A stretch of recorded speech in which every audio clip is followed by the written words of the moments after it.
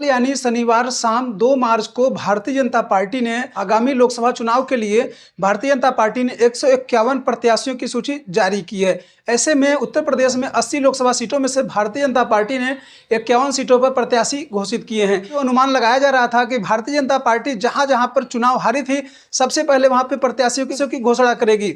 ऐसे में भारतीय जनता पार्टी ने जौनपुर में होने वाले लोकसभा चुनाव के लिए सबसे चौंकाने वाले नाम की घोषणा की है। आपको बताते चले कि जहां पर जौनपुर में भारतीय जनता पार्टी से कई प्रत्याशी उम्मीद लगाए थे कि इस बार उन्हें सांसद बनने का मौका मिलेगा और जौनपुर नगर की सेवा करने का मौका मिलेगा, लेकिन पूर्व आईएएस अभिषेक सिंह ने इस्तीफा दे दिया था और इस्तीफा उनका स्वीकार नहीं किया गया था। लेकिन अभी बीते कुछ दिनों पहले ही पूर्व आईएएस अभिषेक सिंह का इस्तीफा स्वीकार कर लिया गया। ऐसे वह पूर्व आईएएस हो चुके हैं। और आपको यह भी बताते चलें कि आईएएस अभिषेक सिंह की पत्नी भी अब आईएएस हैं। लेकिन जहां पर आईएएस अभिषेक सिंह ने अपना इस्तीफा दे दिया था और वह फिल्मों में अपना करियर तलाश रहे थे, लेकिन पिछले कुछ दिनों से जौनपुर में खासे एक्टिव दिखाई दे रहे थे, लेकिन जनता पार्टी ने उनका टिकट काट दिया है। अब देखना यह होगा कि आईएएस अभिषेक सिंह क्या करते हैं, चुनाव लड़ते हैं या नहीं लड़ते हैं, या किस पार्टी से चुनाव लड़ते हैं।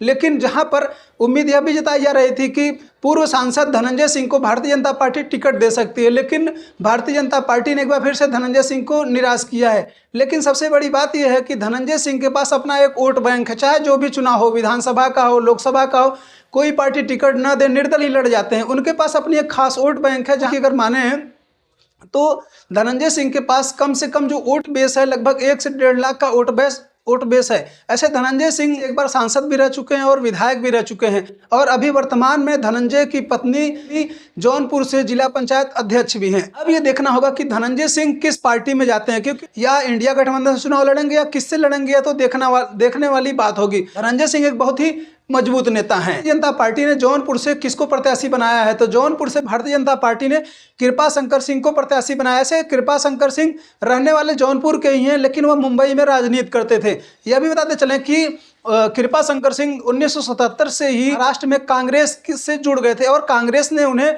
पहले तो एमएलसी बनाया, उसके बाद वह विधायक बने, और 2004 से लेकर के 2009 तक महाराष्ट्र में गृह मंत्री रहे हैं, महाराष्ट्र में मंत्री रहे हैं। लेकिन अभी उन्होंने कांग्रेस का दामन छोड़ करके भारतीय जनता पार्टी का दामन थाम लिया था। भारतीय जनता पार्टी ने जौनपुर में जो कृपा बरसाई है, वह कृपा शंकर सिंह के ऊपर कृपा बरसाई है। अब ये देखना होगा कि कृपा शंकर सिंह के ऊपर जौनपुर की जनता कितनी कृपा करती है। क्या यह मुकाबला एक बार फिर से धनंजय सिंह बनाम कृपा शंकर सिंह हो सकता है क्या? ऐसे आप लोग क्या सोचते हैं भारतीय जनता पार्टी को चुनाव को लेकर के और धनंजय सिंह को लेकर के, कौन जीतेगा अगर मुकाबला होता है तो? आप सभी लोग अपनी राय जरूर दें। तब तक आप हमें विदा दीजिए। धन्यवाद।